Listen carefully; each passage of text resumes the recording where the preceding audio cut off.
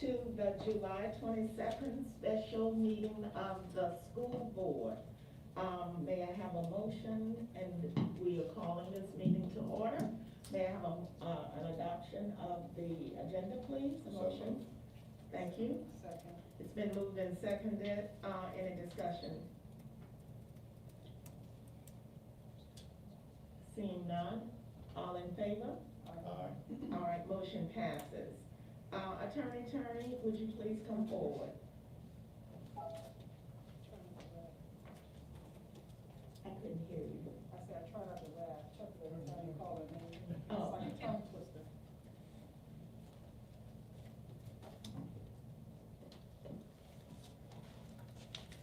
Good afternoon, Madam Chair, members of the board, Dr. Simon.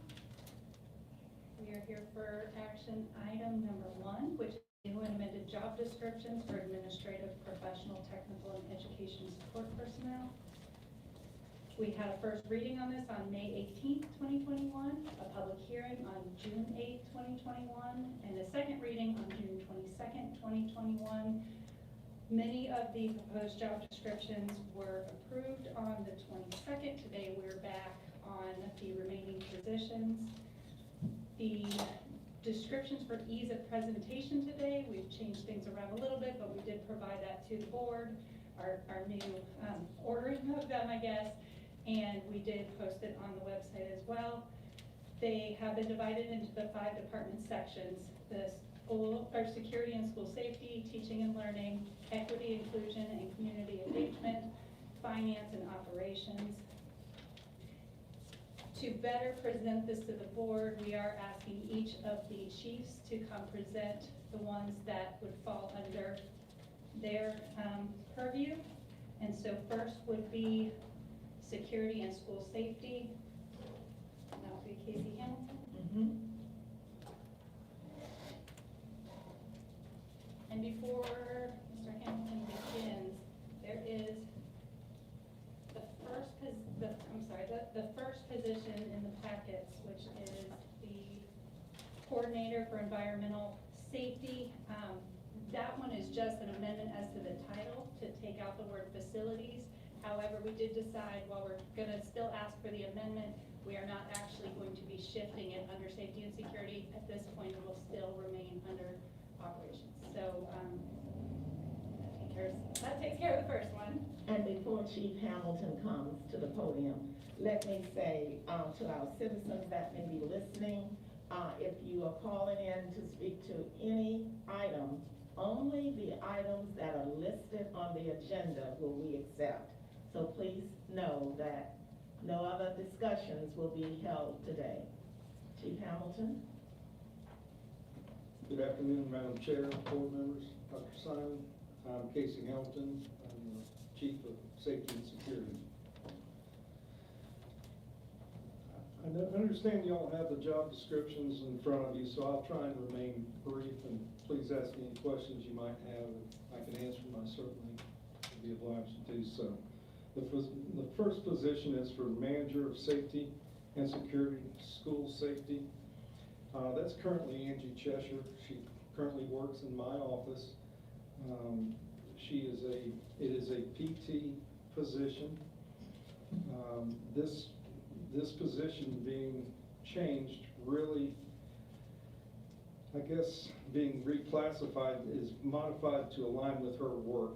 As you can imagine, in my office, we're responsible for a number of things to report directly to the state of Florida. Ms. Cheshire currently is in charge of monitoring and maintaining appropriate records outlined by FDLE for my district police department. That makes sure that I operate under the auspices of Florida Department of Law Enforcement, and that I stay current in my training and my credentials. The other thing that she does that I'd like to point out is she supervises and coordinates and monitors plans for training of threat assessments throughout the district. Currently, Ms. Cheshire is the only trainer we have in the district that is qualified to be the trainer. You may or may not know it, but each school is required by state statute to have a threat assessment team comprised of members of law enforcement, faculty, and staff. This training is being focused on right now by the state of Florida and being monitored closely because of actions that have happened not only for Stone and Douglas, but other shootings throughout the state and the country. This tool is used to identify potential areas of concern based on students' behavior and activities. So that is a crucial reporting document that we must maintain and submit on demand to the state of Florida. The other thing that I would like to point out to you, amongst the other many tasks she has in my office, is the yearly FSAT, Florida Safe Schools Assessment Tool. I hope you all are familiar with that. That's the reporting documents that we bring in law enforcement, staff, fire, and is done on a yearly basis at every campus on our school, including our charter schools. That is a direct correlation to the funding for the safe schools. It is what we get our safety money grant based on, so it has to be true and accurate. And it is a lengthy document if you haven't seen it. And it's very detailed and it needs to be correct when we submit it. Ms. Cheshire works alongside with me to make sure that those documents are accurate and true. She also assists on a daily basis when we're doing the FSAT, as we are right now trying to conclude it. She is in constant contact with school principals, staff, law enforcement, and all aspects of that tool.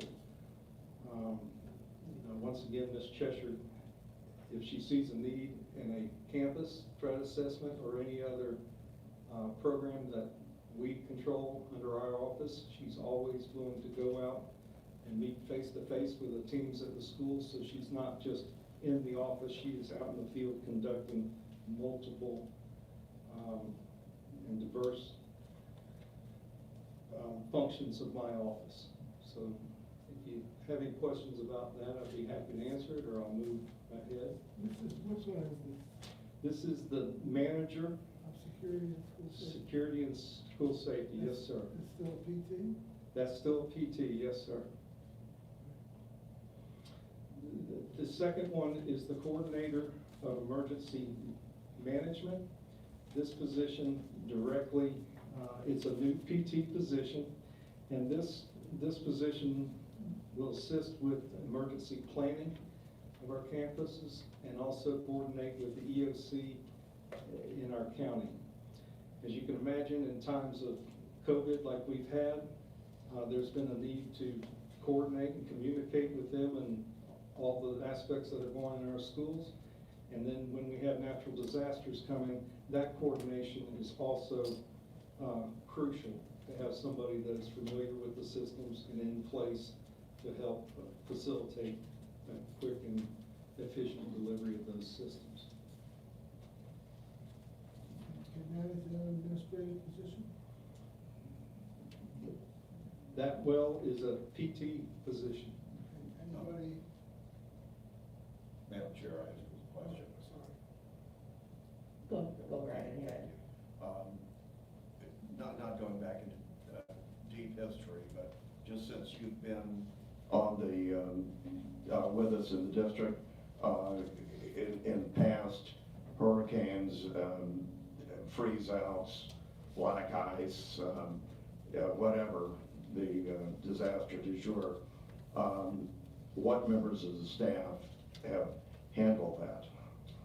Traditionally, it's been myself that's been at the EOC if it's activated, and coordinating along with the superintendent, members of facilities. They are also there as well. Food service is also involved in any reactions we have to a natural disaster or anything that is called upon us by the EOC. Okay, thank you, Madam Chair. Okay, the last one I'd like to go over is the Supervisor 2 position, cybersecurity. My understanding is this is an administrative position. For the 2021-22 school year, the district is in the process of purchasing additional insurance to cover breaches and other unexpected events that happen through cybersecurity. I'm sure y'all are aware of some of the pipelines that have been hit by hackers and ransomware. It's rampant throughout the world. I've got a little bit of a cyber background, so I'm kind of familiar with different attacks that I hear from time to time. But it's my understanding that this would be a position where this would be a dedicated staff person that would keep up with current trends of what the attacks are, work with our systems to maintain them, to make sure we can reduce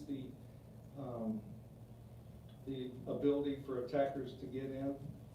I understand I've been in communication with Mr. Jameson today. We're, I guess, in the process of the insurance process of getting an insurance policy. My understanding is last year it was $5,000. I'm being told that this year through FSBIT it's going up to $50,000 with a coverage of $3 million should an event occur.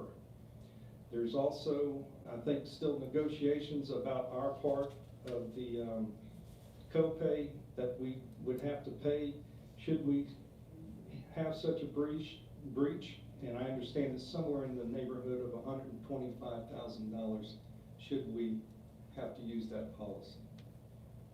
I could also foresee this person somewhat assisting me in my office. I know we have events on campuses regularly where our systems have been used in a non-lawful manner.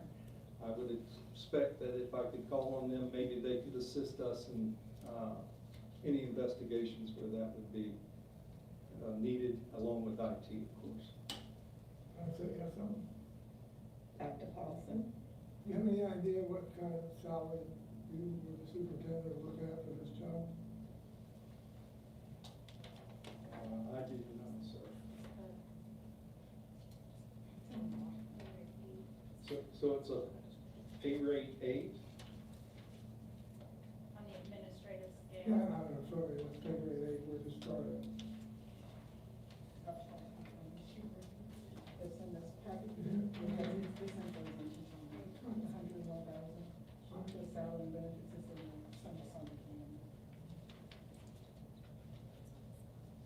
Here.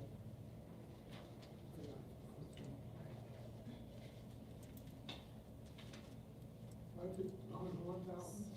So, at midpoint, which I believe was at 10 years, step 10. So we would have, based on, because we don't have an applicant for this position, haven't done the interview, so, at a step 10, it would be 100,000. It's important to also stress in that component, like, that is a very unique skill set that doesn't. I'm just trying to, I'm a member of FSBIT, I just want to try to balance this thing out. It's, that's the salary, right? Yeah. Okay. That salary. Plus there's 120. Sorry, the paperwork actually says salary and benefits. Are there any further questions I can answer for you? I don't have a question, but the chair was allowing me. Yes, ma'am, go ahead, Ms. Surgeon. Just to share with the board, at the June meeting, we were, at the June FSBA meeting, this subject came up with cybersecurity, and there were a couple of districts, Polk County being one, and Sarasota County, that were saying that their premium, and Sarasota's not part of this, but I don't think she said, but Polk County is. Post not even. So, but they're paying more premium for half the coverage. Like their premium almost tripled, 2.5 times what they were paying for less coverage for cyber security. So, and I know when there was a previous position of a current employee that was reclassified in the pay, I didn't push back because this is a skill set and the district has to compete with private industry as well as other governmental agencies. And so this is something that, unfortunately, the nature of the beast that we're dealing with data breaches, and we have a lot of personal information of our students, and with including their, not just our employees, but I mean, social security numbers and a lot of date of birth and stuff like that. So, and a lot of entry points that we could actually be vulnerable for that. So I think having a staff person dedicated to this with that skill set that they have actually gotten training in with is going to be more critical. We may better not to need it, but I do think it is something that's going to need. Mr. Hyatt? Thank you. It's my assumption that if we had this position filled, that we would still have the same insurance situation. It would just be a greater chance of mitigating danger. Would that be right? And once again, I apologize that Mr. Jameson's not here. He's the one that negotiates with FISBIT and the insurance rate. I'm not sure if we place this person as an additional stopgap to prevent and build in extra precautions, whether or not that would reduce the amounts or not. I apologize, I don't have that information for you, sir.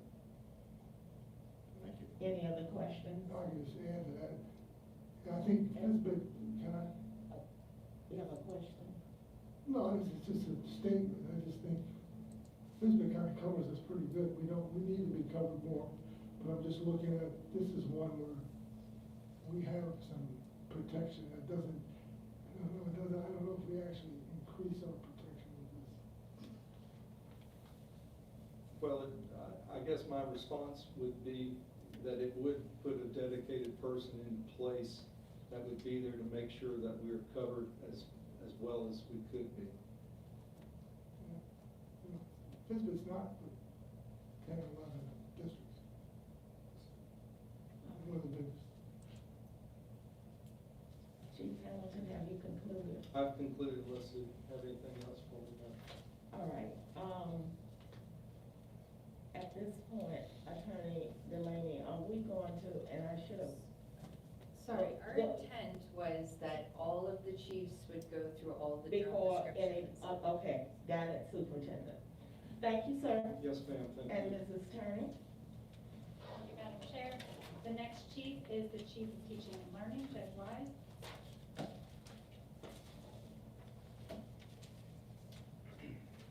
Good afternoon, Madam Chair, Superintendent Simon, and board members. First, I'd like to thank you for those positions that you've already authorized for my department.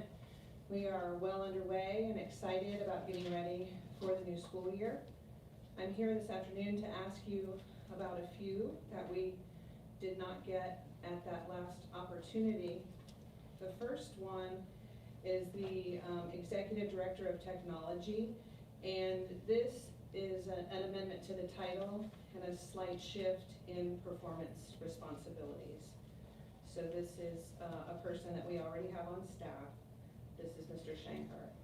So this one is a name change and just a few shifts in performance responsibilities. Are there any questions about this position? Okay. The next one I have is changing. We currently have a Director 2 position. This is asking for a Director 1 position. It's inactive at this time, not allocated nor anticipated to be filled. This would be a director for early childhood. This would align it with other directors that we have if we were to need it.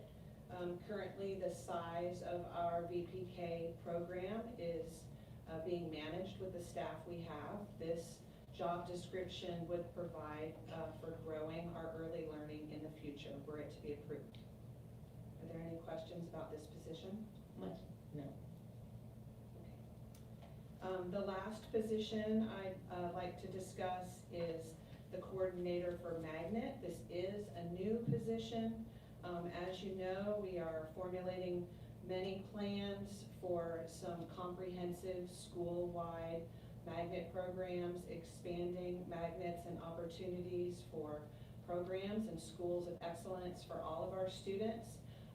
Having a coordinator for this is going to streamline the point of contact for information about all of these programs, for our families, for staff, as we, in the future, embark on creating these new programs and moving towards a comprehensive rezoning and having schools of excellence everywhere across our district. This person would have all of that information and knowledge. Question. Yes. Administration. Yes, sir.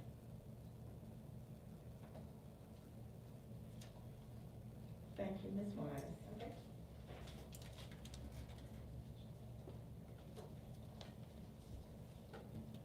Our next chair is Dr. Antoinette Edwards. She's, the Chief of Equity, Inclusion, and Community Engagement.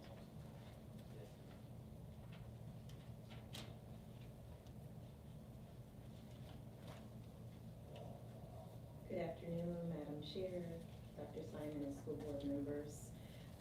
Today, I would like to speak with you about the Department of Equity, Inclusion, and Community Engagement. We are in Section C, and there are 6 positions for which I will be sharing with you today. The first is one where it's an existing job description, but it currently is vacant, it's inactive. But we would like for this particular position to be approved so that it would be available within the department in that need, and this person would report directly to the deputy superintendent. The second is, Which one is that now? that is under the Director of Community and School Relations, which the current title is Assistant Superintendent.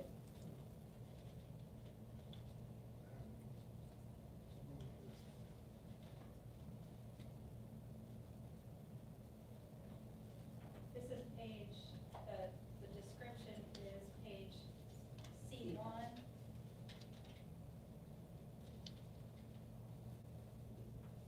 And the description about it is the first page of the Equity, Inclusion, and Community Engagement section. Dr. Paulson?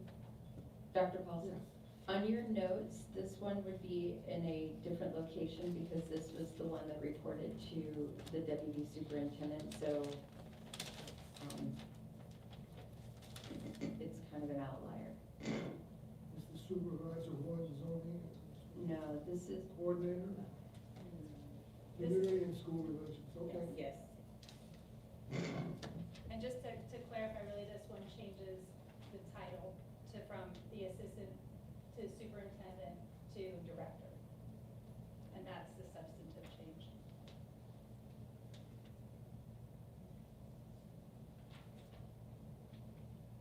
Did you have a question? No. Go right ahead. Okay. The second is one where we are amending the title to align with the work that is being done to supervisor for zoning and enrollment. That is where Martha Dean is. So there's a person who is in place right now. She's a single administrator in that position, and so we want to have the job description to align with the work that she's doing. Thirdly, we have a change of title due again to the scope of work that is being performed. Here would be the coordinator of video and media production. There's currently a person in place, that is Phil Woodward, and we just want to again make sure that this is a reflection of the duties that he is performing, and as it relates to the changes, as we know, in media and increases and enhancements with those things. The fourth description, again, is a change in title due to the reflection of duties that are being performed by the person who is working in our volunteer office. So we would be changing to Supervisor 1 for School Volunteers and Partnership.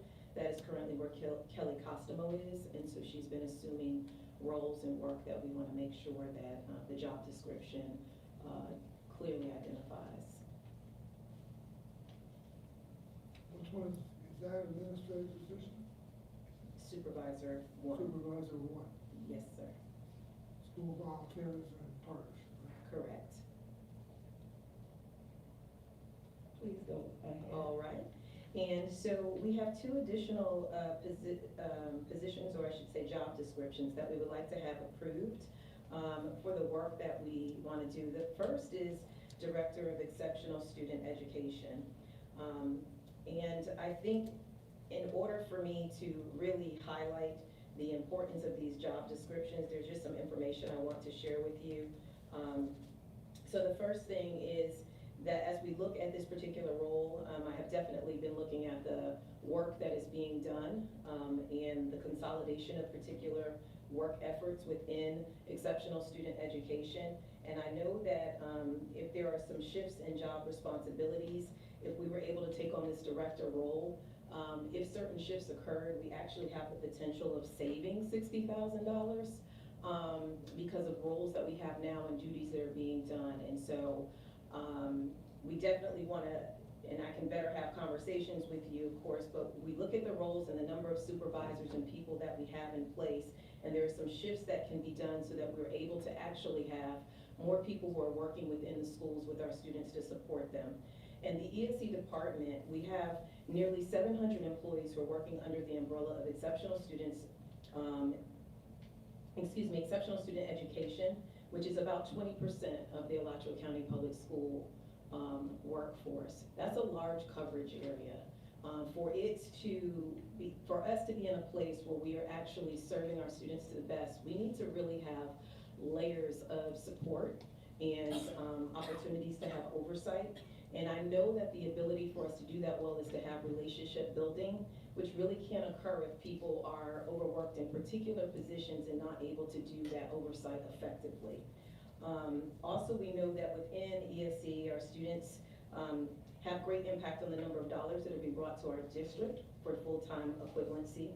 According to the National Center of Education Statistics, we have in the year of 2019 to 2020, 4,084 students who are being served with disabilities. We know that this includes charter schools. That's approximately 13.72% of the population, which is roughly 1 in 7 kids. That means that if we have a classroom of 21 students on average within our district, 3 of them would be those students who have disabilities. We are required to follow strict federal guidelines as it pertains to the Individuals with Disabilities Act, so IDEA. And a loss of dollars equates to a loss of services for our students. This also impacts, of course, our employees. Additionally, I want to speak to the importance of litigation and the cost that we have with that. We are currently spending lots of dollars in effort to minimize litigation and support coming from legal counsel over just the last 6 months has had an upward trend for us. So in December of 2020, we were and I'm just speaking from my department, so of course throughout the district, there are litigation efforts or what have you, things that come up and that cost money for the effective work that we have being done with legal counsel. However, at the same time for us in December of 2020, from the Exceptional Student Education Department, that was 0%. In January, it rose to 7%. February, down to 4%. In March of 2021, it was 20%. In April, 32%. May, 38%. And just in June of this year, just last month, it was 43% of litigation. That means that we are spending a large amount of dollars trying to stay out of lawsuits, trying to help people to be happy and feel supported. And I think that those efforts can be spent better having people on more of a preventative side and being able to support and building relationships on the front end. And making sure that our job assignments are doing just that. So I want to maximize our human capital by supporting these particular job descriptions. I think we're able to do that. It allows for the director of ESE to prioritize our compliance efforts and provides a layered approach to oversight. And other staff will be able to focus on schools and the curricular supports and efforts that are needed in each and every one of them. For our Director of Wellness, I think here, again, that's a new position, but it's crucial. We know that we're coming out of a pandemic, but prior to the pandemic, we know that there are an extreme number of students who have had mental health concerns and definitely need support. We are in a school year where we currently have 11 vacancies with school counselors. We're coming from a pandemic where we know across the nation that mental health issues are definitely have been on the rise, and our students need support, our families need support. And so there is definitely a difference between mental health support and school guidance. It's a difference in the teaching and background and learning for people who are prepared in those positions, and I think that we definitely need to have the opportunity to separate those out so that we can work towards, as we say, closing the opportunity and achievement gaps. But that's something that really can't be done if we don't impact the mental health and well-being of our students first. Question. Yes, sir. Dr. Paulson? Student wellness, supervisor, health service, et cetera. This is new, Jazz is director of sexual education, both of them new, right? Yes, yes. You funding this with these extra money? So, Director of Student Wellness. These two are not funded through ESSER money. Seems like it is. The director of ESC and the director of wellness. I mean, yeah, look at health, that's what money's for. No, this isn't health services. That position has already been, actually, that position is I'm just saying. not even up for approval because it currently exists. This Right, is, but I'm saying that usually, this is a place where I was wondering why we wouldn't fund it with us. I think because of discussions that we've had about how ESSER money does have an expiration, we see our value in our district office is that health and wellness will go well beyond when ESSER is available because mental health is important to I'm all just of our concerned students. about this year, how much money we're gonna have. I think we're praying we're gonna have it, it's gonna be presented to them, which I don't think is. Well, my understanding is that the budget is still balanced and that the ESSER monies that we would be It's using. balanced with hope. It's balanced with hope. Yeah, 'cause we don't know how many students that come here back to school. We don't know how many students have been mentally affected by what happened in the last year. I mean, this is really a crapshoot. I think there's a little bit more to it than hoping and wishing, because we have been looking at all, I mean, and Alex Rella can come up and speak to this. I have a question for Mr. Bill Combs, for Dr. Ellis, if I could. Yes. The percentages that you gave in litigation, what were those percentages based on? Legal counsel, so securing the number of hours that were used for review of cases or information or time spent to address certain issues that were brought before. So was that a percentage of like the ESC department's budget or No, that was a percentage of the total amount that was charged to our school district by legal counsel. What portion of those came from ESC? oh, okay, thank you. You're welcome. Thank you very much, Dr. McNeely, board members and superintendent. To answer the question, obviously, this is a little bit of a transition year out of the pandemic in terms of the student counts, which drive our overall funding model. I think we were pretty conservative in our approach. Hopefully, you know, the strategies that we've had in place this summer, we've had folks going to communities, recruiting kids back, Head Start, et cetera. We're hoping this are successful. The reality is, I wouldn't use guessing game. I'd say a very educated guess in terms of how many students we think will be returning. But that's no different than any year. You can see from our, you look at our historical FTE, it tends to make slight adjustments, typically going up. This year, of course, was an anomaly, and but we are used to planning around unknown student counts. The fact that we do have the ESSER funds available certainly is a level of comfort for us if there was an emergency situation, that we would have funds available for the board to balance the budget. The big budget you're gonna present from now, from last year, Sir? the budget that we're presenting.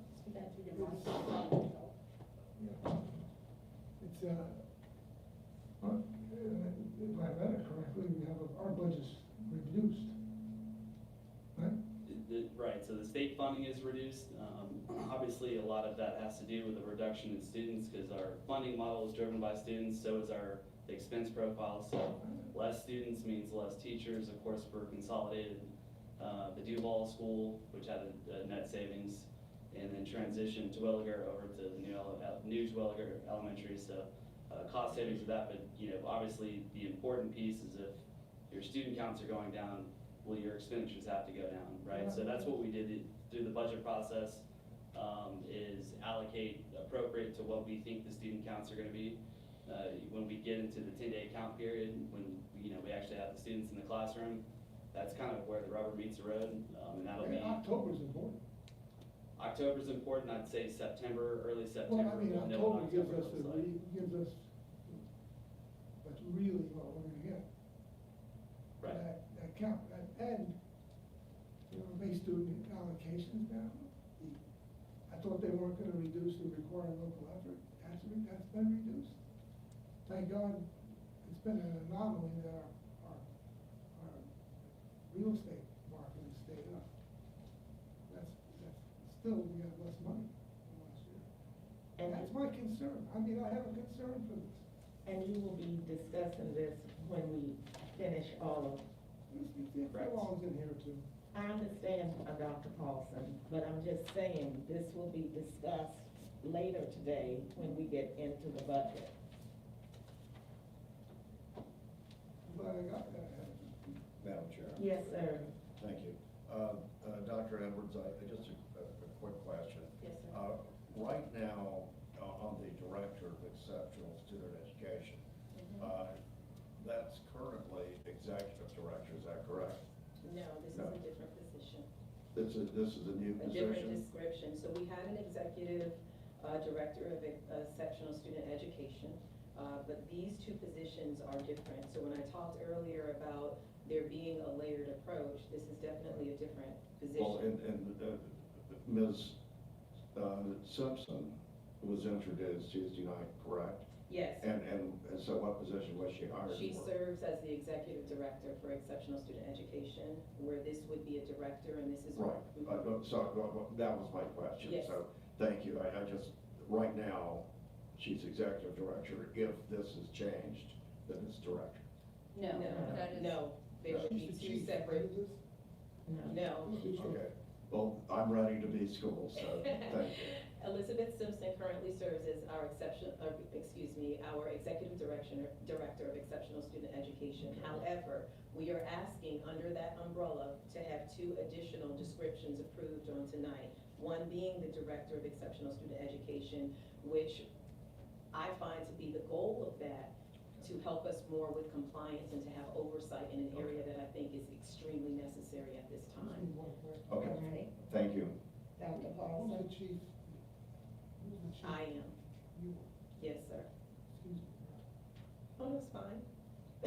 Just to also clarify, based on Mr. Hyatt's question, because of how the decisions on job descriptions, the timing, and because of statute and state requirements as far as having personnel in that position, we had to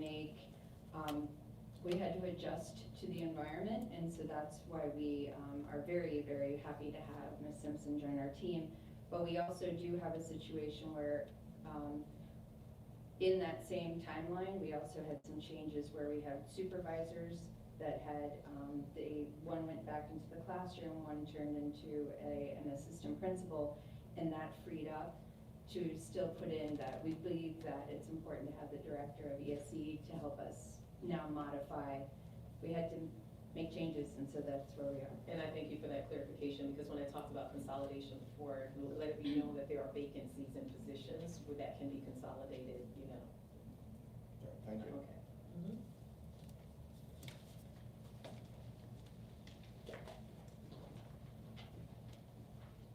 Our next chief is the chief of finance, Alex Rella.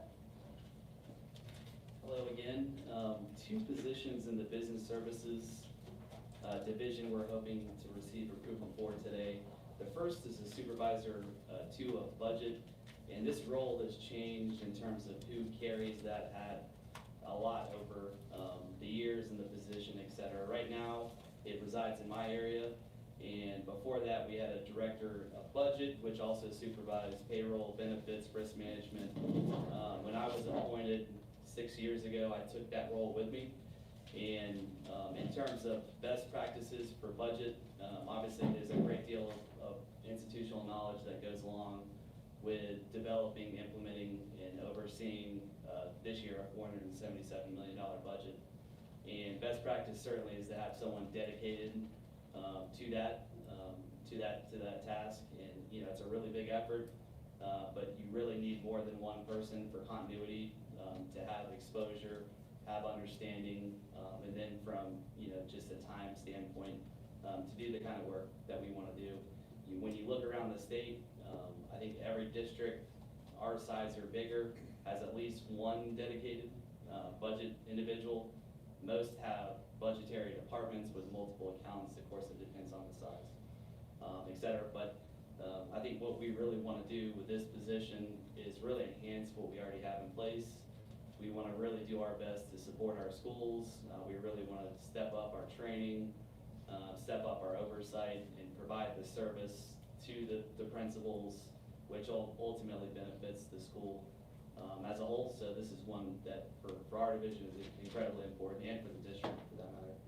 The second position is a Supervisor 1 of Energy and Custodial Services. So currently we have a Director of Energy Systems, and that role includes the custodial piece and overseeing that operation at the schools and facilitating the energy savings, which of course is incredibly important, and then also supervision of the HVAC team.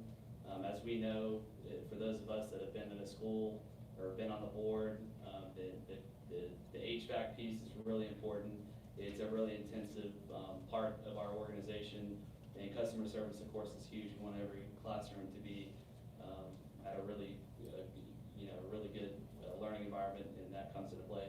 So what we've done is move the HVAC portion of this job over to facilities, and the new job description, which is a Supervisor 1, only includes the energy management portion, which will include the synergistics energy savings contract, which of course is really important, and the custodial piece. So essentially we're moving the HVAC portion away, and this person will be dedicated specifically to these two tasks.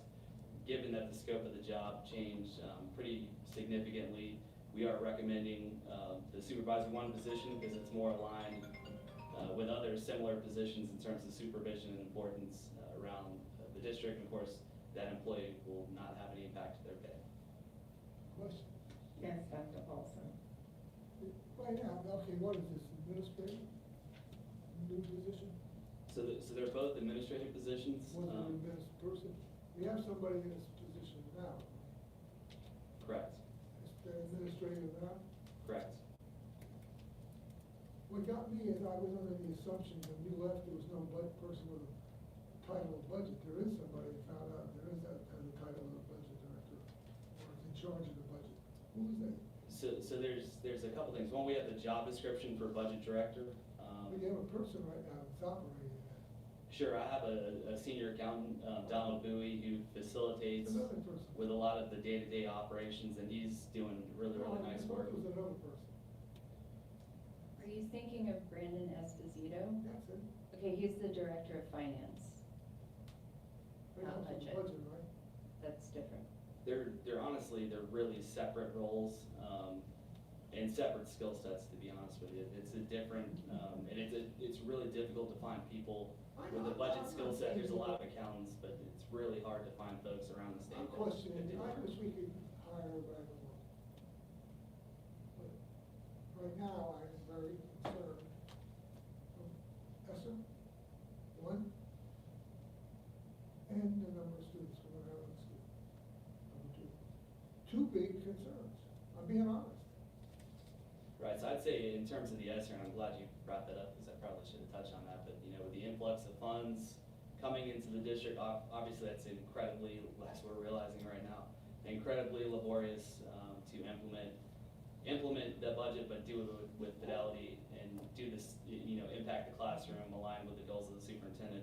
And this position, the Supervisor 2 of budget in particular, will be a huge help in that realm to make sure we're adequately budgeting, and also oversight, working with the special project coordinators and so forth, to really oversee that implementation, and like I said, with fidelity.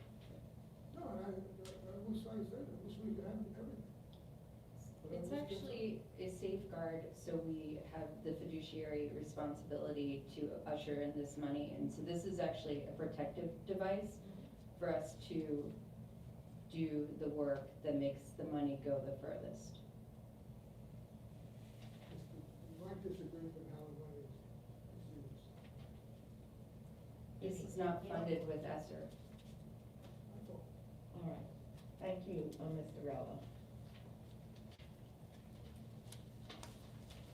Our final chief presenting is Shane Andrew, Chief of Operations.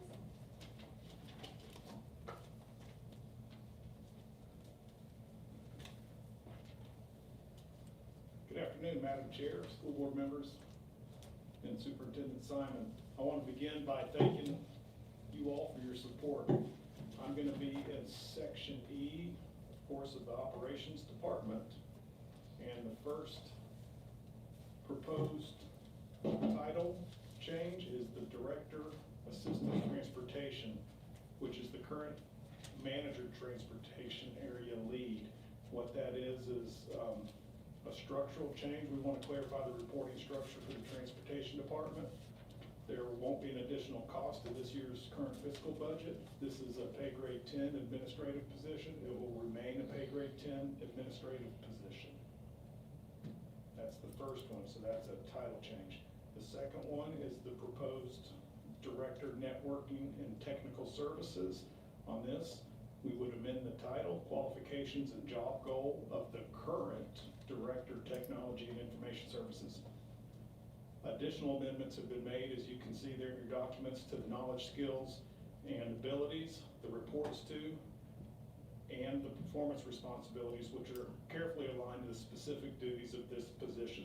So the reports to would be to me.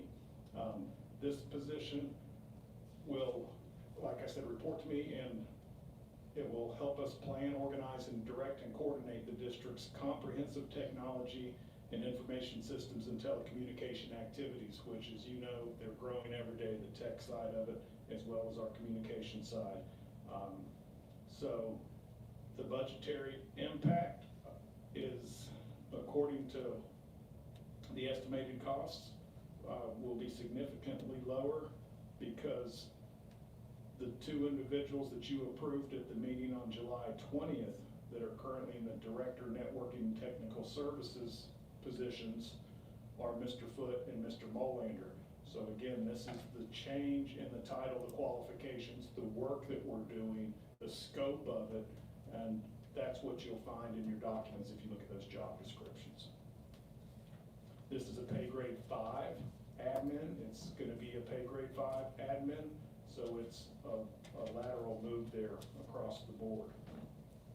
Also, it is proposed that the technician, electronics transportation be repealed, and those current employees that are electronic techs and transportation, they would be reallocated to the proposed revised job description of technician electronic facilities.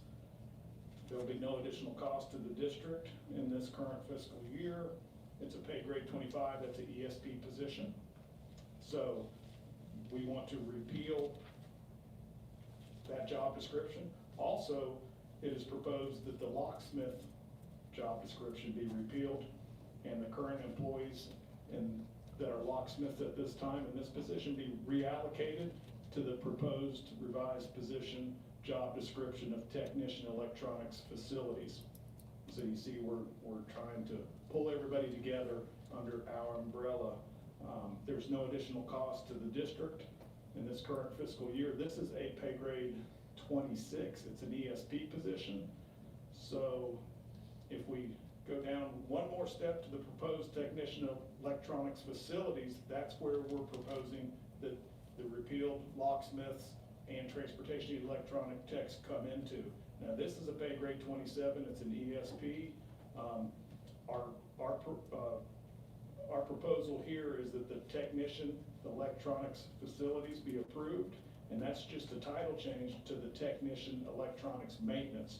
So all of our electronic techs would fall under facilities, and they would work with either Mr. Foote with VoiceCom or Mr. Molander in the tech side with all of our networking, our cameras. They'd be cross-trained. And given them this cross-training and this merging of the positions will allow us for retention. It will allow us to begin to permit our employees to have advancement within the district. It addresses fluidity of technology and how building security is addressed. So the 4 positions for the current fiscal year, 2021-2022, would be reallocated at an estimated total of $25,253 for salaries and benefits. And again, these are ESP positions. Part of the bigger plan with doing this is we want our electronic techs to have an opportunity for advancement within the system and upward mobility. So if you look at the next proposal, the proposed Technician 1 network, it is a title change to our current Technician Network Support. The current network support technicians will be reassigned to this new title. It's pay grade 27 ESP. It'll remain pay grade 27 ESP. There's no financial impact to the district and no additional cost to the district. Now, by laying that Technician 1 network job description out for you, what that leads to, I'll get to after I present the next one, but it's going to lead to, like I said, those advancement opportunities. So if you'll bear with me, let me jump into the next one on your list, the proposed representative customer service job description. It's a new position designed to provide exemplary frontline customer service duties for incoming requests, issues, and concerns from staff, parents, the public, our schools, all of those folks that call transportation. It will allow current employees like route coordinators, dispatchers, to focus on their respective duties, serving students, bus drivers, family schools, and our colleagues across the district. So there may or may not be a budgetary impact depending on if the position is filled this fiscal year and whether or not there's a current employee that's chosen for the position. Because as you know, if we hire current employees, the cost of the district is significantly lower. We do want to offer premier customer service across the board in Alachua County Public Schools, no matter which department it is, what school you're at, any facility across our district, we want to be able to offer customer service. I do understand over the years that our community has given us feedback that they want to talk to somebody when they call transportation. We really feel strongly that having a couple customer service representatives to help take care of our parents, our students, our public, answer phones, answer questions will really be a benefit to our entire community. As we move on, this is where I was talking on the next proposed Technician 2 network position. This is a new position. This will allow the district to be competitive in hiring and retaining and allowing for growth and monetary advancement of employees within our school district, and in particular within this position or department. So previously I talked about the electronic techs, the network 1 techs. This is a ladder for them. After they've gained experience, been cross-trained, attended trainings, learned the skill set to move into Technician Network 2, they would move up a pay grade. It's still an ESP position, but they would be moving from a 27 to a 28 pay grade. Similarly, well, again, there may or may not be a budgetary impact because people are going to have to work into this position. So it's not a position that you just go out and advertise immediately and fill. It's something that our employees will work their way into. I did mention some retention. We want to retain our network specialists because, as has been mentioned by you all before, there's a significant cost to finding the right person for the job. That it's hard to retain them when somebody else in the private sector will pay them so much more. So they come, they get their training with us, like a lot of trades and fields and positions in the district, and then they go somewhere else. So we really want to focus on how we can do that within our school district. And not just in this area, we'll begin to focus on collectively across the board. So that leads me to the, so again, the fiscal impact, it's going to depend on whether a current employee fills that position, but a lot of times a current employee, the way we see it, will be working their way up into that position. So there's not a significant impact there. As far as the proposed Technician 3, that's the last one there, if you bear with me. This is also a new position. This would allow us again to be competitive in hiring, allow us to grow. It will allow employees to advance monetarily. So it's supporting our ESPs. It's an ESP position, pay grade 29. Again, we mentioned retention, so I won't digress with that any further. But we see this as a way, again, as retaining our folks. So it's a career ladder, and eventually they could work their way into a director, a manager of communications, a director position down the road. So it's growing our employees and giving them that opportunity for the growth right here within our district. Again, the estimated cost may or may not impact this fiscal year budget. At this time, we haven't, these haven't been approved, so obviously none of our employees have gone to training for advancement, the year's experience and all of those things you see there in the job description. So again, if it's employees that are within, then the cost would be significantly lower as we grow this opportunity for our employees. So with that said, I'd take any questions, if y'all have some questions on some of these positions. Yes, ma'am. Yes, ma'am. Thank you, Ms. Andrews, for that explanation of those. So it sounds like to me you're, with the technician's position, I understand the reclassification into the technician 1. With the proposed tech 2 and technician 3, it's like a progression through training. So we wouldn't necessarily hire somebody this year. This is a question. Would it be you would develop how this pathway would go between the two, or are these 2 new positions that would be created and immediately hired, out because we need staff? We would not hire immediately. Okay. You're accurate in how you interpreted that this is an opportunity for growth. No, that doesn't mean that we're gonna fill these immediately. That's not the intent or the goal. The intent or the goal is to support our employees, to train them, to give them the skill set, and when they do that, allow them to advance and be compensated fairly for their skill set. And on top of that, as you know, retaining high-quality employees is important, and so we want to make sure that they have the ability to grow and be fostered within our system so they don't seek employment elsewhere. And we've done a lot of training and skill sets, and then we don't get to, have the long-term benefits of that relationship. I asked that question because when I was at DRU, that was in our IT department, or in their IT department, not like I'm there anymore, they had that with the network specialists as well as I think the user support analysts. They had a progression for training so that they didn't lose employees like that. We've had some way, I think they, I don't know how they did the evaluation. I don't know if it was yearly at the start of the fiscal year or something like that, but there was a set of criteria and things that they had to do to go to the next step. Thank you. That's the only question I have. Yes, ma'am. I have 2 questions. Dr. Paulson? Number 1, what are we doing about reporting ridership in our transportation department? As far as- Are we looking at? Because that was a major problem a couple of years ago, remember? Yes, about 7 or 8 years ago, probably. No, about 3 or 4 years. Okay. I remember it came up when I was the executive director of facilities.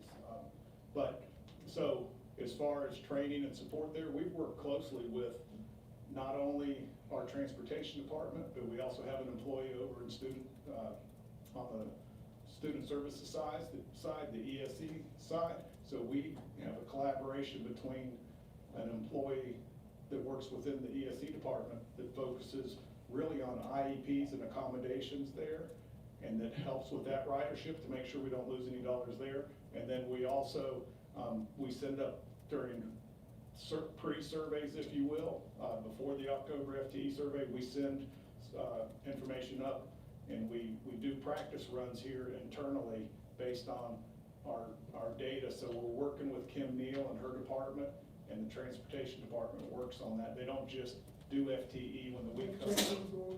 Yes, sir. Yes, sir. And we do practice runs ahead of it now, which really help us. We're doing a public push right now to try to get parents to get their get in contact with their schools and get those riders back in the system that may have stayed home for Digital Academy or HighFlex last year. About not 20 years ago, but we had when I was president, we got a dramatic increase for our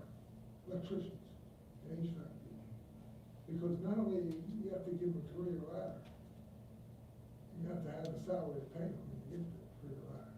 That makes sense? Yes, sir, and we're having that across the board in our trades right now. That we're losing people to HVAC as we speak. We've lost at least one, we may be losing 2 employees in the last couple of weeks because the demand out there and the pay right now, because a lot of employees aren't available in the private sector, it's pulling away some of our. Well, we kept them for another year because we gave them this dramatic increase. Correct. Yes, sir. And, just wondering about that. Those are 2 questions I have all the time for those 2 areas. Because even our bus drivers, there's 3 districts that guarantee 7 hours or more. You know that? 3. And one's a private company. But, And we're one of them, correct? yeah, we are. And, but, you know, those are the kinds of things. I mean, make it 7.5 and help them out in the summer and all that. But we have to have the money. Right? That's correct. All right. And your points are well taken. I think we want to look at all employees across the district, and we, as a district, a board, our superintendent, we all care about everyone in our community, and we know that we want to help everyone, because when we help our employees, we help their kids, and we help families across this community, so absolutely. Jobs like that are important in this community. Yes, sir. This is the in-between size community. They have to have those jobs. Any other questions? That's it. Okay, thank you. Thank you. So I just wrap up again by thanking y'all. We, on behalf of all of our departments and across our schools, we just want to thank you for your continued support and support of our employees, because as we've talked, these proposed amendments will go far in helping our employees, our students, our parents, the community we serve, all of our schools, all of our departments. So we sincerely appreciate your support of all of our students and our employees here in Alachua County. Thank you very much. Thank you. We certainly appreciate you taking the time to listen to our chiefs and their presentations. Clearly, they're all very passionate about what they do.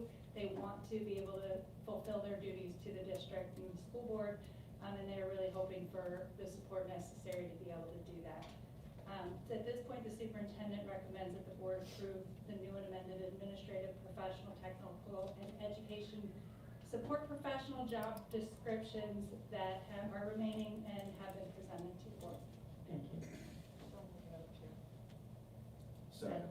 Okay, it's been properly moved and seconded. Any discussion? Seeing none, all in favor? I'm sorry. Citizen, he was asking. Oh, okay. Okay, excellent. All in favor? Aye. Ms. Dr. Paulson? No. And I for me. Okay? Any discussion from the superintendent? No. Okay. Mr. Rella, you're on.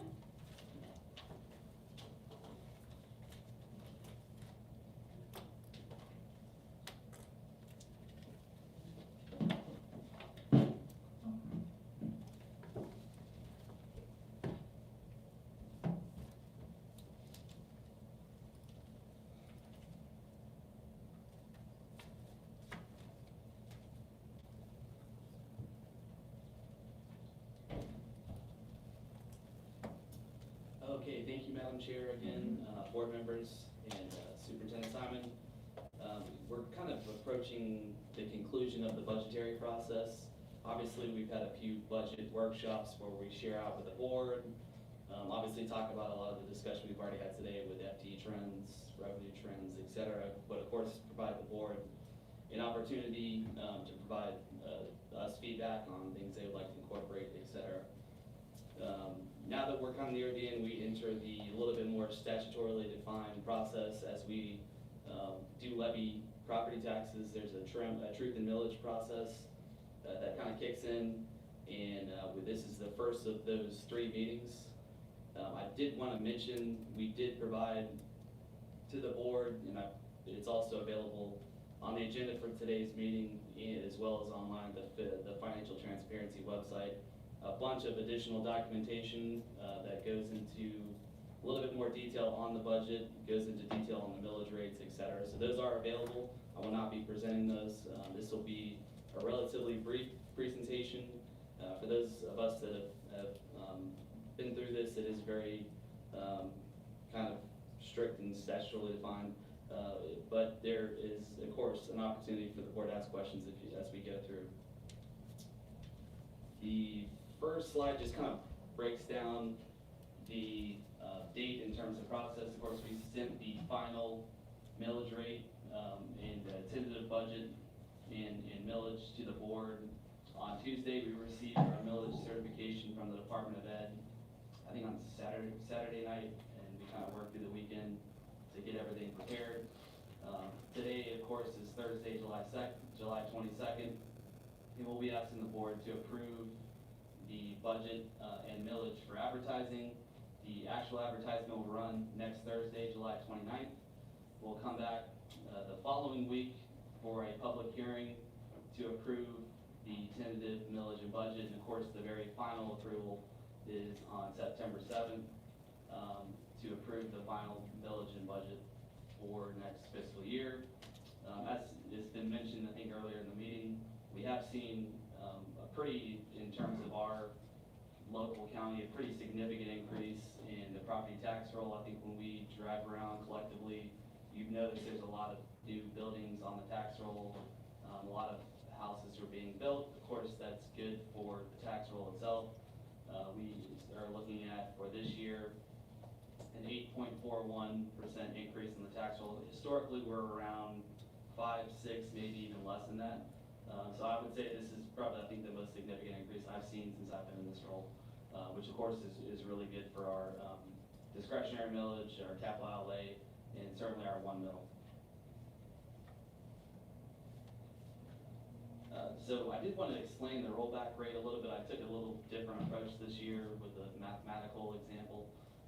Essentially what the rollback rate is, it's a computed millage rate when you apply it to the new tax roll, generates the same amount of funds. It's used to kind of determine if it's a tax increase or not.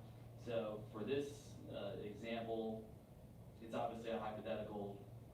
For the prior year, the home was, the taxable value was $100,000. The millage rate 0.1 mil, so it generated $10,000 in revenue. What the rollback rate does, obviously you see from year 1 to year 2, the taxable value went up $20,000. That increased the value which you applied the millage rate to, and in order to generate the same amount of funds, the millage rate drops to 0.0833, and then of course for if you did not levy the rollback rate, the new tax rate, if remained at 0.1, would generate $12,000. So that kind of shows you mathematically what the rollback rate actually means. This is kind of like just a really high-level summary of the rollback rate calculation for this year. You can see the 2020-2021 actual millage rates levied are indicated. Of course, the required local effort is determined at the state level through the FBFP program that represents the local county property owners' contribution to public education. You can see in a couple slides that rate has gone down significantly.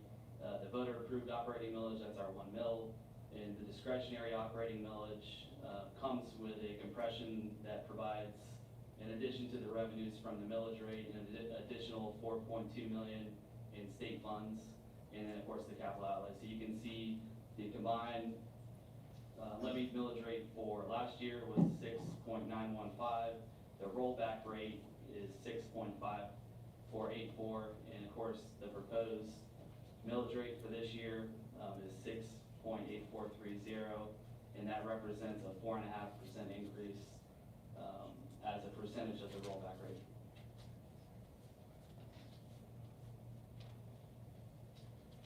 So this is kind of like a 5-year look back at the millage rates. As you can see on the bottom portion, the discretionary operating, the capital, which is also discretionary, and the voter approved, those millage rates have stayed consistent for the last 5 years. Where you get the differences is the state law required local effort, and you can see over the last 5 years, that's decreased, and, really, if you go back 10, 15, it's decreased since then. And then we have an adjustment for the prior period, and that basically, if we don't receive 96% of anticipated tax revenues, they do allow us to kind of recoup those in the following year. We're usually right at that 96%, so our adjustment for prior year funding is really, is pretty small. Some districts are quite large. It just depends on how much we collect, but we tend to be right at the 96%, just a little bit below. So overall, the total millage reduction for our local taxpayers is 0.072 mils. And this is, again, just looking at this year compared to last year. Again, the only change is the required local effort, and that represents a 0.072 mil reduction, which is 1.04%, and that's adjustment to the state. The state required portion, there is no change to the local portion. In terms of the overall budget, and of course in our backup documents, we provide a lot more details, and there'll be even more details as we go into the public hearing. A lot of reports we're working on, the executive summary budget, and things that'll really allow the board to really dig in and get as much or as little detail as they want. This is obviously a high-level summary. We're looking at a general fund budget of $286 million, special revenue 54.7 million, and this does include some ESSER funds. We're kind of in the process of working through that and going through and prioritizing. And we actually just received our grant package yesterday, or I think it actually came in Tuesday evening late when we were in the board meeting. So now that we have that grant package, we're really going to dig in and work through that. We did incorporate some pieces that, obviously we were funding for this year, like high-dose tutoring. Obviously the positions that are before the board to be approved were incorporated. The debt service fund of 7.6 million, capital projects of 128, and a big portion of the capital, obviously we have our big 4 projects that are underway. I was looking at the expenditure data. Obviously we haven't spent those out completely, but we will close those projects out in the next few months as the construction comes to an end. And that gives us a total budget for this year of 477 million. And at this point, I will answer any questions. Obviously, I'm going to read the recommendation of the superintendent, but if there's any questions regarding this, I'm happy to answer those this time. And we're gonna stick to questions. Seeing none, Yeah, I know. okay. Like 10, 12 years ago, wasn't the required local effort almost as high as it is now? It was in the 60s, right? It's gone down But precipitously. it was 60s, now it's in the 60s for the total. Right, so and I'll actually I'll provide some documentation. I usually do that at the public hearing, looking at like really like a 20-year look back, like if you bought a house in 1997, how much tax was generated based on levies. It kind of goes through the year for the tax increases, but to answer the question, required local effort, which represents our community's contribution to education outside of the sales tax collected by the state, has gone down precipitously. And half. It's It'd be down. interesting, I thought it was in the 60s, now you're in the 60s for everything. Right. And Okay. All right, the superintendent recommends that the school board approve the 2021-22 proposed tentative millage and budget for advertising. So moved. Second. It's been moved and seconded.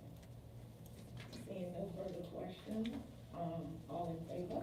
Aye. Aye. All right, motion passes 4-0. Thank you. Thank you. At this point, we are done, and everyone have a good. Well, I'd like to- I'm sorry. Attorney Delaney. Oh, thank you, Attorney Delaney. Board member, We were, final comments by board members? oh, a comment? Yeah, I really, if you know my career, it's been trying to get salary increases for employees. which we've been quite successful. So it's hard to vote the way I do, but I also want to make sure our school district is very wise in their funding. I strongly believe that the ESSA monies need to be invested in the classrooms for students and teachers. We're coming out of a pandemic school year, and we have no idea about enrollment. The needs of our students. We do not need to hire additional administrators at the county office to monitor and supervise the faculty and staff of our schools. We need to put the stimulus monies as close to the students as possible. That means directly into our schools with support such as certified teaching assistants. Not, if we could have it like teachers, I know it's hard to find teachers, Oak Hall uses teachers as their teacher assistants. Mental health counselors, which we talked about the mental health of these students, we don't know. Social workers, I don't know if you call Hawthorne, we took Hawthorne from almost an F to almost a B, just by putting I call them homeschool liaison in there. And that, people don't realize that, just by having that person work with the community and go out and get the kids and get them to school. So I think that's one place we can really make a dent in our school system. Technology, which we put last board meeting, we paid for technology out of, not this year, we paid for it out of the $1 million, thank God for the $1 million. And we should have,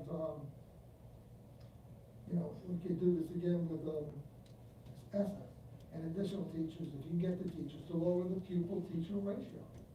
We could really make a dent. The ESSA monies will be non-recurring, and we need to grab this opportunity to funnel additional support in the schools where we can.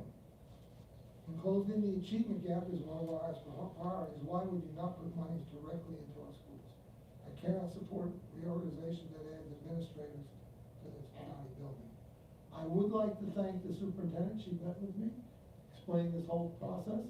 I thought that was, I hope we can have further discussions in the future like that. I thought it was, for me, it was very beneficial, and I would like to thank you for that. So, but this is why I voted the way I did. And I'm gonna keep, it's hard to change me. I think the stimulus money, I think, is meant to be used now and not down the road. That's what I think. Of course, I'm one person. Dr. Paulson, thank you for your comments. However, I guess each of us could say why we voted the way we did, and when we want to support the entire school system, and when we need to support our students, and what the vote went down today. I'm appalled. Mrs. Surgeon.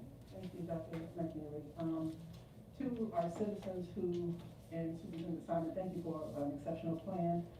I am ecstatic to get ESSA money, but coming and working as a financial professional, when a large amount of resources come in, oversight is needed.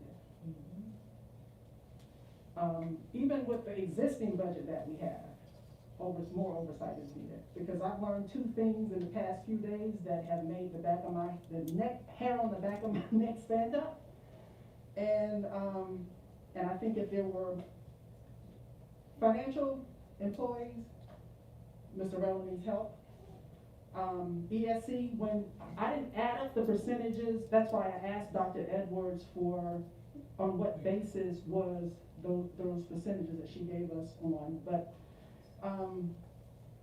so we're spending money on litigation, and it seems this kind of goes hand in hand with what I've heard parents say, is it's very hard to get ESC services when they know their students qualify, and to even get the designation to get those services, and then once they have the designation, the district doesn't serve them. So I think we're being penny wise and pound foolish in that. That was a penny wise and pound foolish decision in that.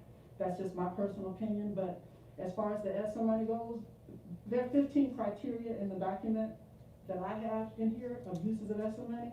So even if Dr. Simon had proposed to hire administrators, she couldn't have hired enough administrators for $84 million.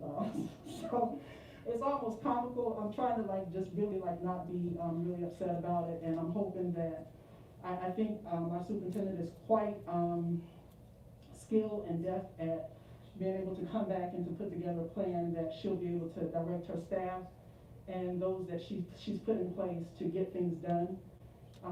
The money is going to be spent on students and in the classroom because that's what federal law says. And I myself, I think she knows me well enough to know that I'm going to do as much as my knowledge permits me to do to follow the guidelines and the law. And she is a consummate professional, and I expect her to do nothing less. And those that she's surrounded herself with will indeed fall in line. And if they, I don't think she has anyone that she has on her team that doesn't have the intent of directing resources to have the greatest impact on our students. So I am elated that all of a sudden now we have members who are very, very, very focused on student achievement because the students that look like me, they need all of us to really be directing our energies and our efforts and not just our words, like kind of like the folks in the gun industry with thoughts and prayers. We need some severe and immediate attention to student outcomes for students of color. They haven't always been priorities, so I'm glad to hear, and it seems that tonight and today that they've been made a priority. There's 20% of that ESSA money that has to be directed towards marginalized students. So that's about $16, $17 million, if right off the top of my head, that's going to be directed to just those students, those student populations. So I'm glad to hear that. And so Dr. Simon, however you have to go, whatever route, to get back to 620 East University Avenue and to get those things in place, I fully support you, and we'll get there.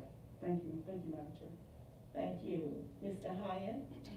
No comment. Oh, well, since you have no comment, I'm gonna talk some more. One of the things that we will do is support the superintendent and every chief that came, every executor who came up today to speak in reference from Chief Hamilton, Dr. Edwards, Mr. Andrew, Mr. Rella. You have our support, and we will figure this out in some manner.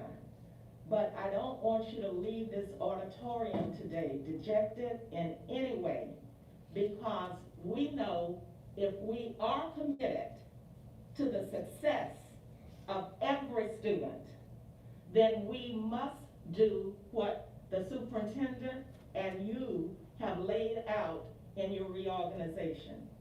It's too important for every child in this district to be at the mercy of help, and we were not able to do that throughout the positions that we had listed. Some kind of way, and to the citizens that may be listening and feel just like I'm feeling right now about what's going to be the result of the vote today. I can assure you with the team that came up and all of the folk that have been approved under those people, as well as the deputy, as well as the superintendent, we will make it happen. We will never let our children down, never. And so the positions that were presented to help streamline, help larger efforts, it's not unnoticed. And I hope all of our folk who listened in today and maybe did not call, but in the future, we need your support in this effort with our system. It's not just the children. It's not just our instructional staff. It's everybody who works in this system needs the resources and support. I thank you for being with us today. We will keep smiling, we will keep our heads up, and we will do the right thing for our children. Thank you.